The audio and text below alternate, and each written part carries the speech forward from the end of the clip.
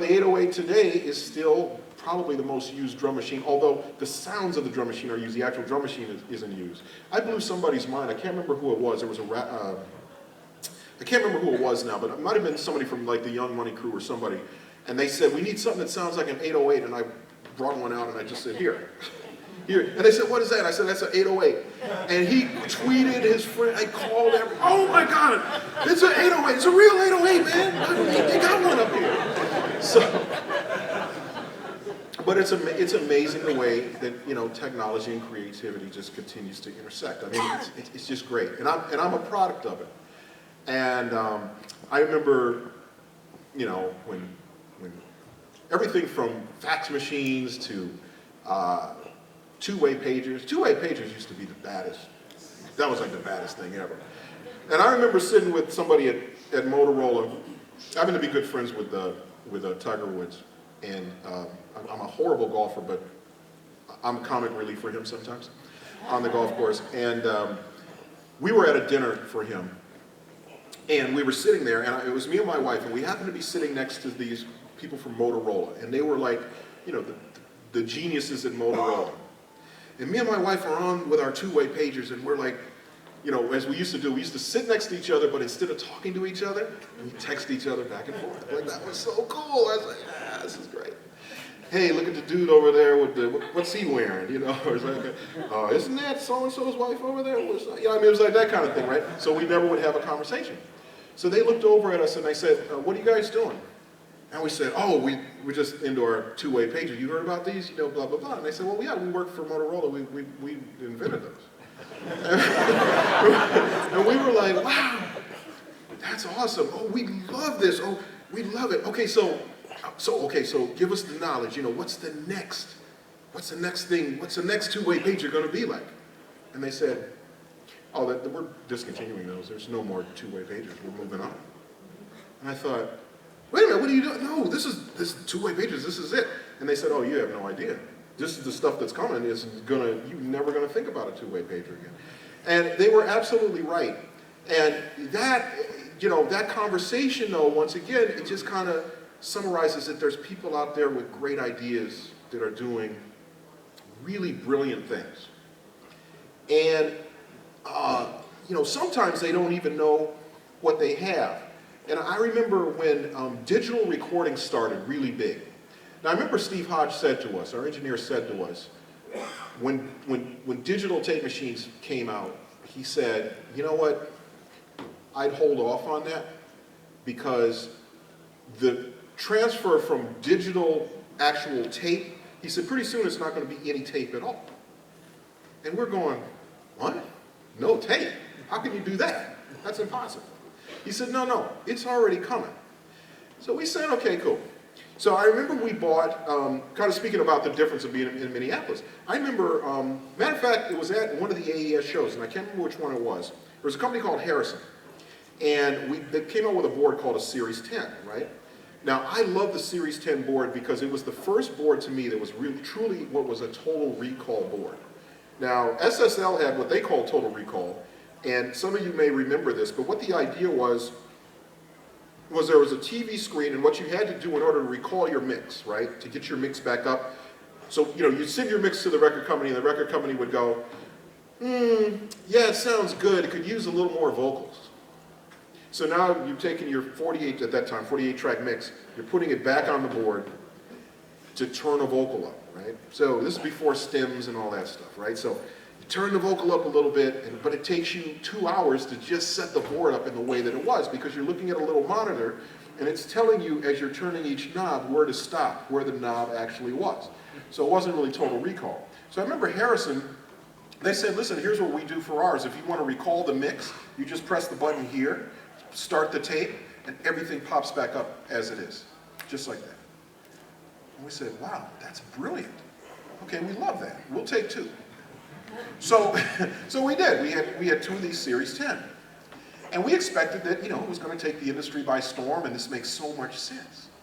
But what we didn't know is, as we're sitting in our kind of isolated Minneapolis, was that SSL was it.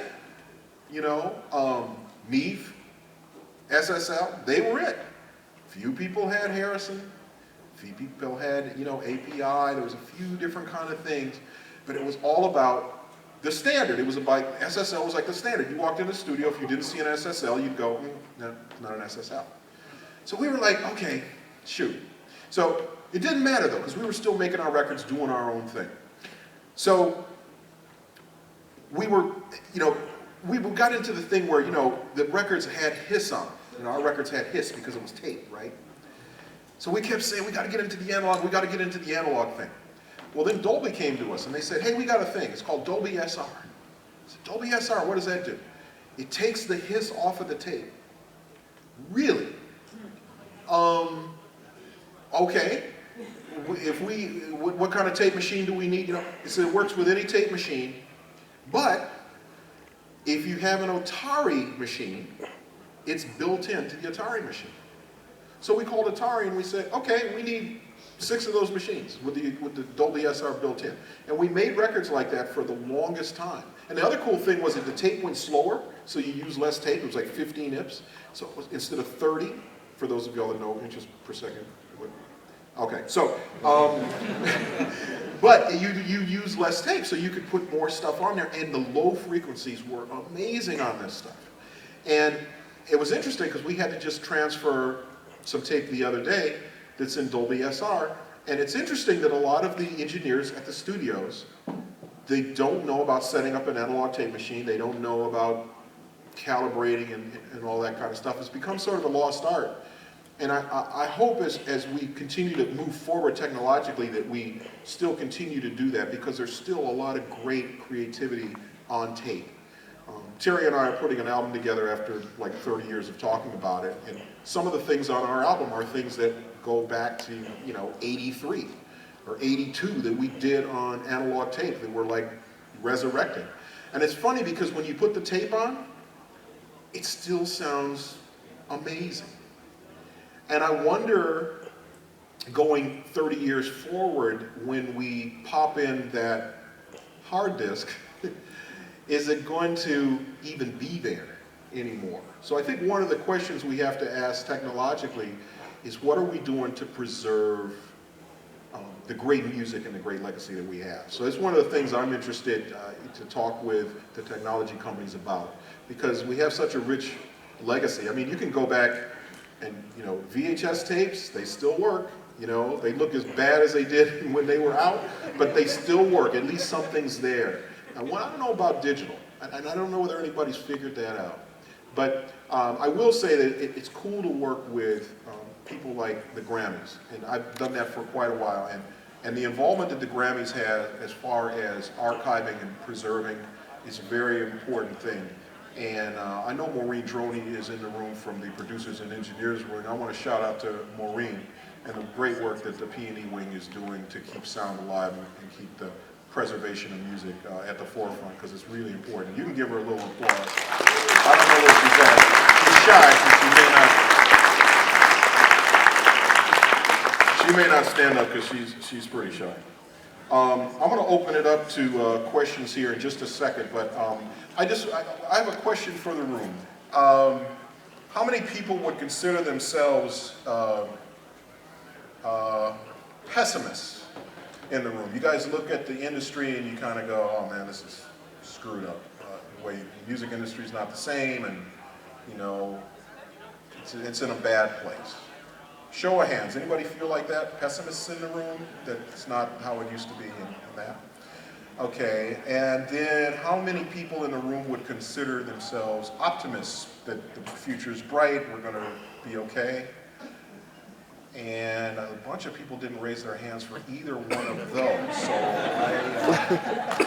I don't know where we're at. I'm going to loop back to that later on, because I don't know what it is. But anyway,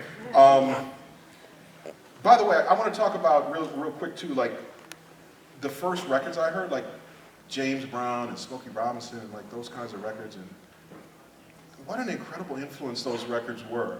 We're working with a company called DTS, who's involved in technology. And when I talk about, you know, the idea of creativity and technology going together, they're a company that actually reached out to us along with some other kind of cool people like Elliot Shiner and Hans Zimmer and people, a few no-name guys. And they said, we have a technology we're working on for surround, and would you guys be interested in helping us develop it?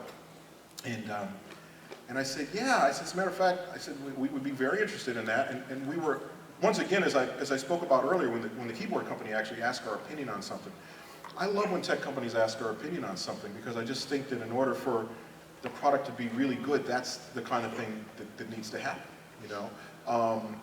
So anyway, we've been involved with this whole thing with surround sound and that whole thing, and it's very cool, very exciting.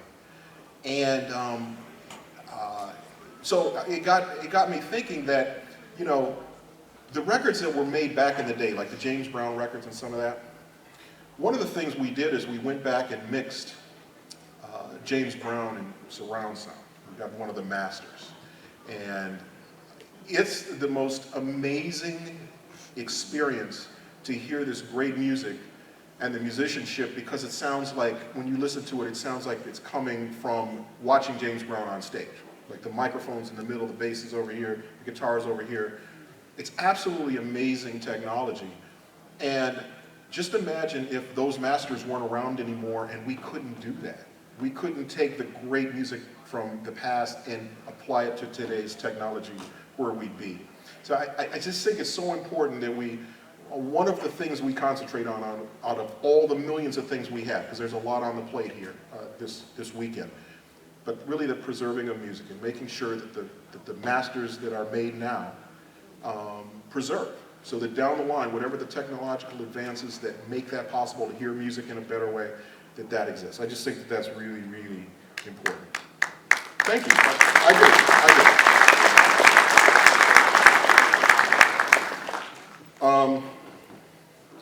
Let's see. I'm gonna see where I'm at here time-wise, because it's all about time.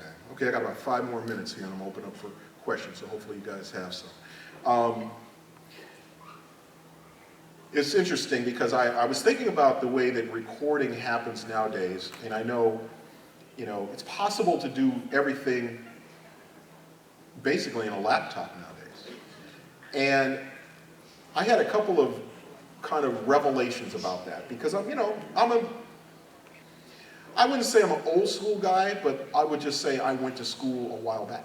But I continue to go to, I continue to go to school. That's the thing. Like I say, I'm an iPhone cassette type of guy. You know, I like both ends. But I remember that we were involved with putting together a project for a Japanese artist, and we had done these old tapes from a long time ago. And then they decided that they actually liked the song and they wanted to redo it but it was in the wrong key and all that kind of stuff. And I was able to take it and put it in my laptop and literally sit at my kitchen table and manipulate the tracks and do all the things we needed to do to make it work. At the end of the day, they didn't use the song anyway because it was in the wrong key after all that work. But the things that can be done now are so different, you know, than what could be done. And I think that's a pretty positive thing. Now, even coming here, as recently as last night, I had an experience like that. Now, most of you actually probably don't know. My brother-in-law is Kevin Garnett, who plays for the Nets. And he invited me to the Nets game last night. He said, when are you coming in? And I said, I'm coming in, I was gonna come in last night. I said, yeah. He said, well, you know, if you can come in earlier, you can come to the Nets game and, you know, playing the Heat, and it'd be great. So I thought, okay, wow, that would really be cool. So I'm a basketball fanatic, so I'm like, okay, so I got a project that I gotta finish. There's no way I can finish this project. I said, I don't think I can get it done. So then I realized, I talked to my partner Terry, and Terry said, well, you know, all you gotta do is demo the vocal and do this and blah, blah, blah, blah, blah. And I thought, oh yeah, that is true. So anyway, I tell Kevin, you know what, Kevin, I'm gonna get on an early plane, I'm gonna go. So when I got to his house, he said, here's the guest room, you know, do you need anything? I said, I don't need anything. I opened my laptop, I sat on the bed with my headphones, and a little microphone, little blue, little USB microphone I have, and basically sang the little demo vocal parts so the singer would know what to sing. And at 5 o'clock, he called me and he said, okay, let's go to the game. And I said, okay, cool. I pressed send, sent it to Japan, got the word back from Universal that they loved it, it was perfect. And it was an example of technology allowing me to go catch a basketball game, you know, that's what technology should be about, right? That I can catch a basketball game. But it's just cool, there's so many experiences like that. And there's an analogy that kind of goes along with that, and you know, I said it earlier, sort of. I think it's the idea that, you know, we're all teachers in our own way. You know, whether we have the credentials, we may not have the teaching credentials, but we're all teachers. So we're all creators, we're all technologists. I mean, we all are. And imagine if we work together and we pool all that together, just how far advanced we are. I mean, I think that's really the key, because I'm a guy that's all about collaboration. It's weird to be up here without my partner, at least somewhere around, but although he's always with me anyway, in some way. But I just think that that's the message. If there's an overall message that I would want to give, is that it's all about the collaboration. You know, I think each side is going to make each other great. I want to mention one other guy, and that's Neil Portnow. Neil Portnow, who's the head of the Recording Academy. Because Neil was one of those people that we had conversations about it back when I was chairman, and we talked about that the technology side seems like it's here, the creators seem like they're here, we're not talking to each other, what happened to where's the love, you know? What happened to the collaboration? And he put together a tech summit, basically, up in San Francisco.